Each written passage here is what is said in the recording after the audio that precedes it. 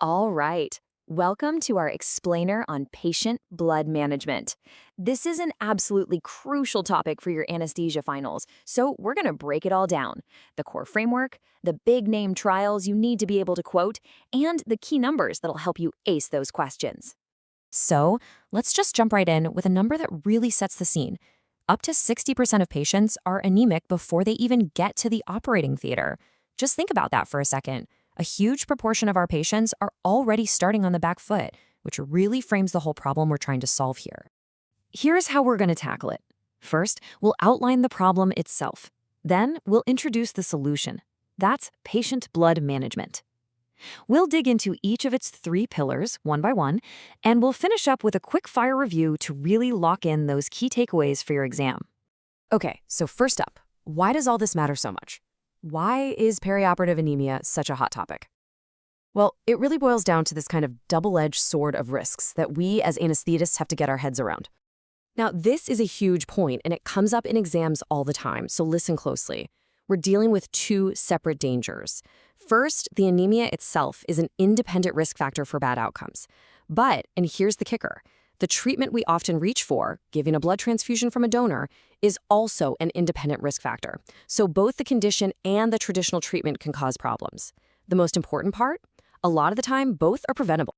So, with these two risks in mind, how do we actually handle it? Well, the answer is a big, evidence-based strategy called patient blood management, or PBM. And this isn't just some local guideline. We're talking about a comprehensive framework that's endorsed by the World Health Organization. That tells you just how important this is in modern medicine. Okay, this is a definition worth committing to memory. You see, PBM is so much more than just trying to avoid giving blood. It's a complete change in mindset. It's all about being patient-centered and treating the patient's own blood as this incredibly valuable personal resource that we need to actively look after and preserve. The whole philosophy of PBM is built beautifully around these three pillars. Honestly, this framework is the perfect way to structure your thoughts on the topic, and it's an absolute gift for an exam answer. Just think of it as a logical journey, what we do before, during, and after surgery. Right, let's get into the first pillar, optimizing red cell mass. This is all about being proactive. It means we're on the hunt for anemia before the patient is anywhere near an operating theater. We're trying to fix the problem before it even really begins.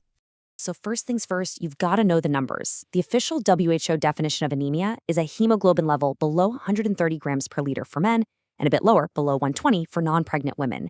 These are the basic thresholds you need to know. Now, here's a really practical point. Timing is everything. For any patient who you think might bleed a lot during surgery, the ideal time to check their hemoglobin is way in advance. We're talking 4 to 8 weeks before the operation. And why so early? Because it gives you a real chance to not just find the anemia, but to figure out why it's there and actually start a treatment that has time to make a difference. And if that first check does show anemia, this is your standard playbook for the initial workup. It's a logical panel of tests that helps you start to figure out the root cause. Are we dealing with a nutritional issue, something inflammatory, or maybe a problem with the kidneys? These tests help point you in the right direction. Now, this table gets to a really common point of confusion, and that's the difference between absolute and functional iron deficiency. Look, if the ferritin is really low, less than 30, it's simple.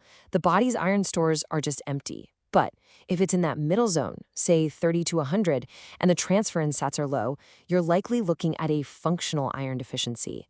This is so important. It means the iron is actually there, in the body, but it's being locked away because of inflammation, so the body can't use it to make new red blood cells. Okay, let's talk trials. A massive one you need to be able to name is the PREVENT trial. It looked at giving IV iron before surgery. And the results were interesting. Yes, it did raise the patient's hemoglobin.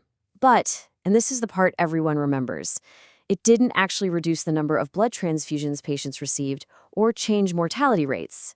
It's a key finding that tells us just boosting the HB number doesn't automatically fix everything. So, moving on to pillar 2. We've done our best to get the patient's blood count up before surgery. Now our attention shifts to the operating theater itself. How can we actively minimize the amount of blood that's lost during the procedure? Yeah, this isn't just one person's job, it's a team effort. You've got the surgeon being incredibly careful with hemostasis. You've got us, the anesthesiologists, choosing regional anesthesia when we can. And then there's the stuff we both do, keeping the patient warm, keeping their pH balanced, making sure their calcium is normal. It's basically preventing that lethal triad we all know from trauma. Then, on top of all that, you can add in specific drugs and clever bits of tech. And speaking of clever tech, this is a real game changer. Viscoelastic tests like TEG or ROTEM give us a live, moving picture of how a patient's blood is clotting. It's so much better than the old static tests. What this lets us do is give targeted therapy. So instead of just blindly giving packs of blood products, we can see exactly what's missing. Is it platelets, fibrinogen, and replace just that? It's smart, precise medicine. And here's the other landmark trial you absolutely have to know, CRASH 2. This was a huge study that proved giving tranexamic acid, or TXA, which basically just stops clots from breaking down, early to trauma patients saved lives. It massively reduced deaths from bleeding. It was so groundbreaking that the principle is now used all over the place, from major surgery to childbirth. And that brings us to our third and final pillar, because even when we do everything right, some patients are still going to be anemic after their surgery. So this pillar is all about how we manage that, and crucially, how we make a very careful, evidence-based decision about when to actually transfuse. The big idea here is a total change in focus. Instead of obsessing over the hemoglobin number itself, we focus on what really matters, getting oxygen to the tissues. The goal is to make the patient's body better at coping with a lower hemoglobin level. And we do that by making sure everything else is working perfectly. Great cardiac output, excellent oxygenation, basically optimizing the whole oxygen delivery system. And when we do have to transfuse, the NICE guidelines are very clear. For most stable adult patients who aren't actively bleeding, the trigger to even think about a transfusion is a hemoglobin of 70. And the goal is just to get them into that 70 to 90 range. And this is so important. The new mantra is give 1 unit, then stop and reassess. The old days of just ordering 2 units by default are long gone. Okay, we've made it through the whole framework. So let's pull all of that together into one final super high yield summary. This is the stuff you absolutely need to have at your fingertips for your exam. All right, let's do a rapid review. Remember the scale of the problem, right? Loads of patients are anemic. Don't forget the dual dangers. Anemia is bad, but transfusions carry their own risks. Know the 3-pillar solution. Be ready to explain the difference between absolute and functional iron deficiency. Be able to quote the key findings of PREVENT and CRASH 2. And finally, know that modern restrictive transfusion trigger, a hemoglobin of 7. Everything we've talked about today was based on these 2 fantastic review articles, one from BJ Education and the other from Anesthesia and Intensive Care Medicine. If you want to read more, they are both excellent resources. And that wraps up our explainer on patient blood management. So I'll leave you with this final thought. PBM isn't just a theory for an exam. It is a really practical tool to make our patients safer. The real question is, now that you have this framework, how are you going to consciously apply these 3 pillars to your very next patient to make a real difference?